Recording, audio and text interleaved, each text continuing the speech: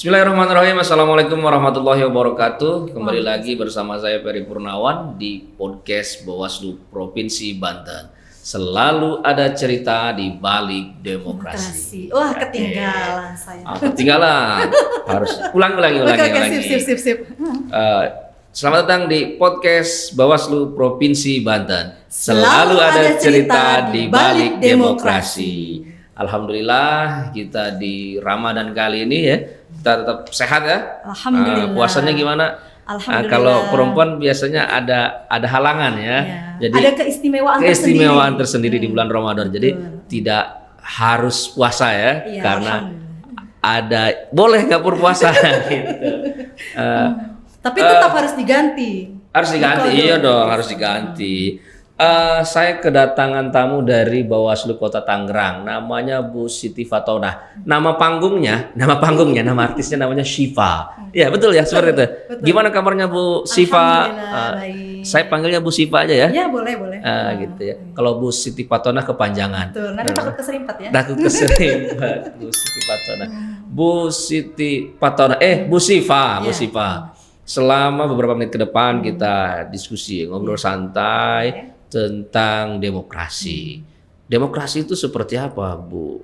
Ini, Bu Syifa. Iya, baik. Demokrasi itu kalau kita melihat dari bahasa Yunani atau dari itu demokratos. Demos dan kratos. Demos itu kan artinya rakyat. Rakyat. Kratos itu adalah kekuatan atau kepemerintahan. Kepemerintahan. Artinya dalam suatu kepemerintahan itu bagaimana melibatkan dari rakyat, oleh rakyat, untuk rakyat. Dari rakyat, oleh rakyat, untuk rakyat. Oke. Itu demokrasi. Demokrasi. Secara bahasa. Betul, secara bahasa. Kalau secara universal artinya adalah sebuah pemerintahan dikatakan demokrasi ketika aspirasi rakyatnya tersampaikan. Semua aspirasi Tidak rakyat. semua, artinya gini, ketika rakyat memiliki kebebasan memberikan pendapat, ya seperti itu. Contohnya dalam hal pemilu. Dalam pemilu. Seperti apa? Pemilu itu kan kita sudah tahu asas-asasnya adalah luber, ya. Nah, diantaranya adalah luber itu berarti luber, ya. Pertama langsung. Nah, langsung itu artinya masyarakat dipersilahkan untuk memilih langsung pilihan pemimpin mereka, baik itu untuk tingkat presiden sampai dengan tingkat dewan, daerah segala macam. Nah, disitulah masyarakat berperan aktif untuk memilih langsung calon pemimpin yang mereka harapkan. Dengan resiko nanti ke depannya mereka menerima hasil keputusan bersama. Seperti itu. Langsung, U-nya umum. Masyarakat semua yang ada di Indonesia bebas memilih. Umum. Ya. B-nya bebas.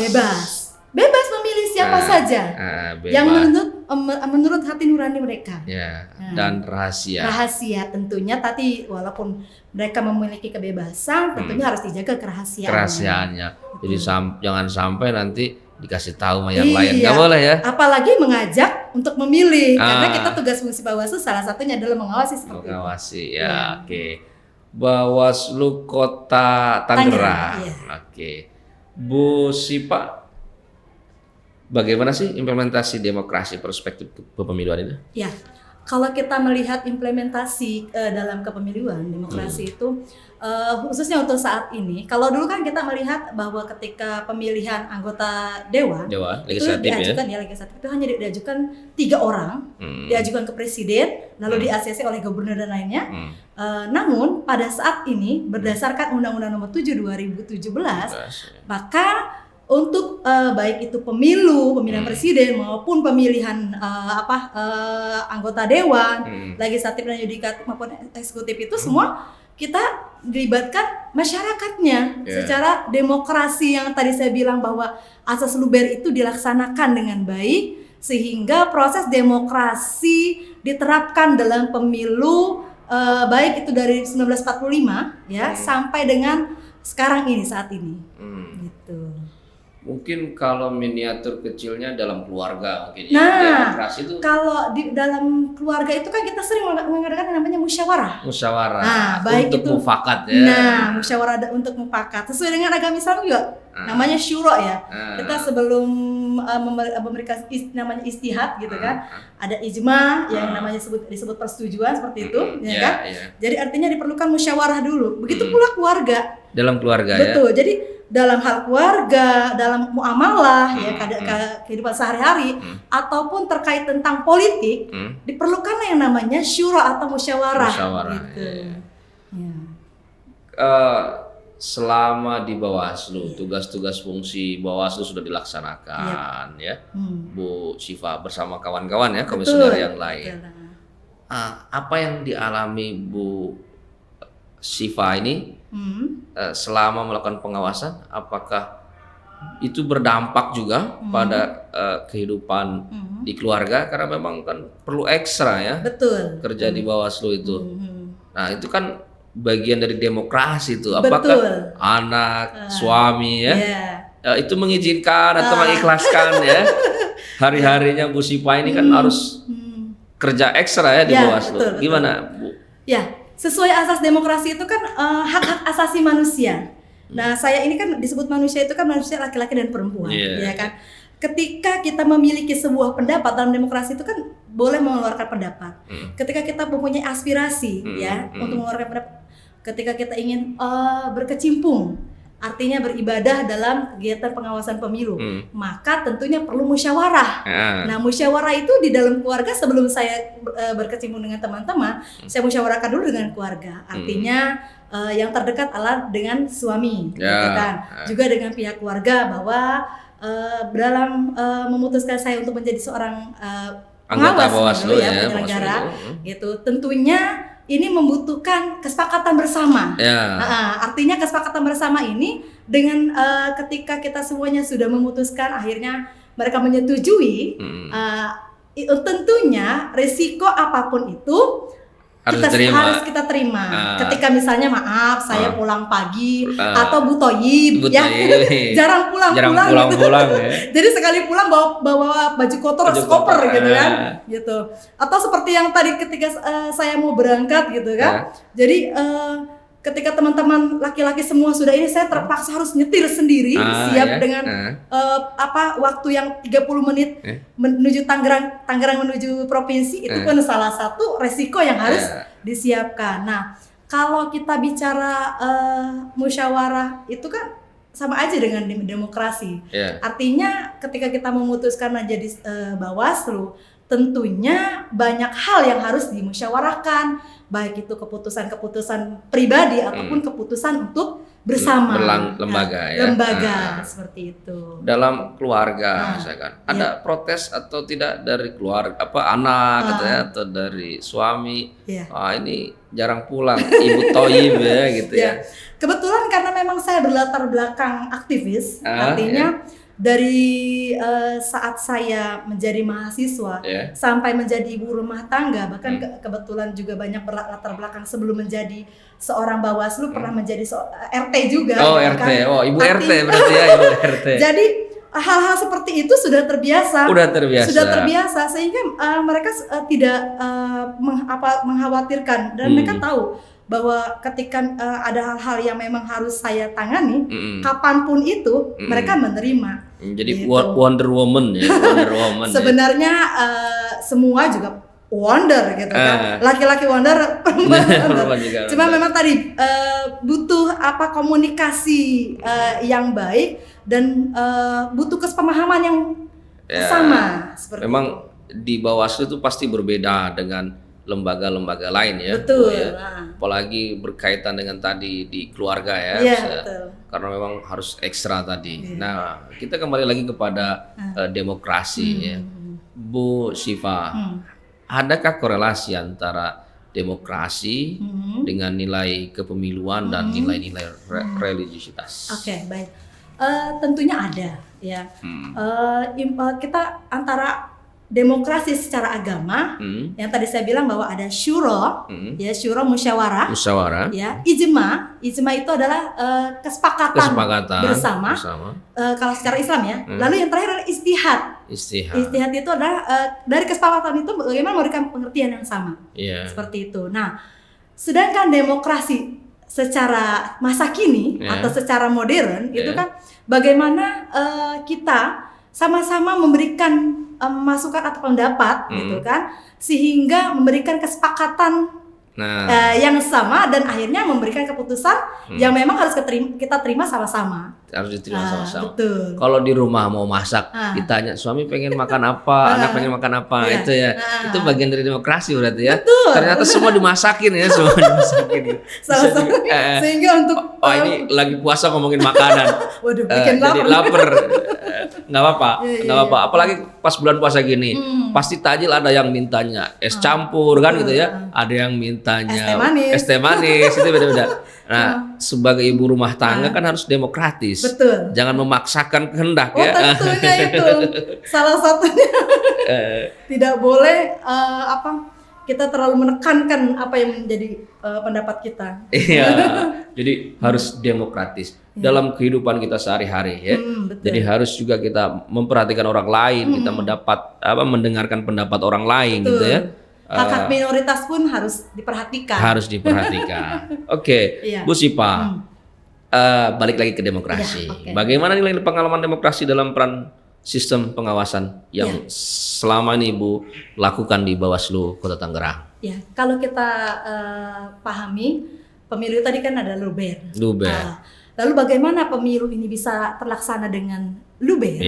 Maka kami Bawaslu bertugas bagaimana melakukan pengawasan. Apa itu pengawasan? Yang pertama mengamati. Mengkaji. Ya kan? Setelah mengkaji kita menyelesaikan permasalahan. Ya. Nah, itu adalah tugas kami sesuai Undang-Undang Nomor 7 tahun 2017. Implementasi demokrasi yang kita laksanakan bersama di Bawaslu itu salah satunya adalah bagaimana kita mengaspirasi para calon tanpa memandang dia dari partai atau siapapun itu, gitu, dengan adil dan merata, artinya sama-sama gitu. Nah, sama, artinya ketika mereka misalnya dari partai A memberikan laporan pada Bawaslu, pada kami gitu. Tentunya siapapun itu harus diterima. Setelah kita menerima laporannya, ketika laporannya sudah terima, maka kita mengkaji apakah ini masuk pelanggaran atau tidak. Ya, kalau memang itu masuk pelanggaran, maka kita memberikan tindakan selanjutnya adalah apakah itu masuk ke dalam sengketa. Ya. Nah, salah satu tugas saya ada sengketa gitu. Jika memang itu masuk ke ranah sengketa, maka kita melakukan proses sengketa, ya kan, dimana untuk memutuskan perkara tersebut apakah ditindaklanjuti atau selesai secara yang tadi saya bilang termasuk ada musyawarah di sengketa tersebut. Nah, itu juga ada lagi demokrasi kan. Nah, itu dia seperti itu. Jadi artinya proses demokrasi itu sudah kami laksanakan. Bagaimana caranya pemilu atau pilkada ini bisa berjalan luber sesuai dengan undang-undang, sehingga kami mengawasi tahapan demi tahapan proses pemilu itu dengan lancar. Seperti itu. Demokrasi kan wasilah. Betul. Ya, hanya jalan. Betul. Awal saja. Goyahnya, endingnya adalah suatu kepemimpinan, pemimpin yang adil, jujur, bijaksana, dan mampu mensejahterakan masyarakat. Seperti itu, Bu ya. Jadi demokrasi yang harus seperti apa sebenarnya, Bu? Agar bisa menjadikan seorang pemimpin yang tadi ending itu yang jujur, adil, mampu mensejahterakan masyarakat. Iya. Kalau kita melihat disebut negara itu pemerintahannya disebut demokratis, adalah yang pertama tadi kebebasan berpendapat. Yang kedua adalah terkait tentang menghargai pendapat baik itu yang mayoritas tanpa meninggalkan yang minoritas. Ya.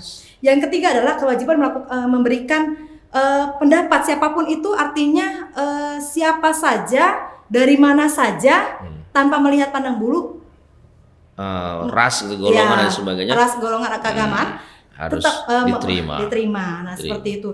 Lalu yang keempat adalah bahwa si mayoritas ini ketika suaranya terpilih ataupun misalnya pendapatnya diterima, tidak melupakan aspirasi kaum minoritas. Betul, seperti itu. Ini di bulan Ramadan, Bu ya. Betul. Di bulan Ramadan.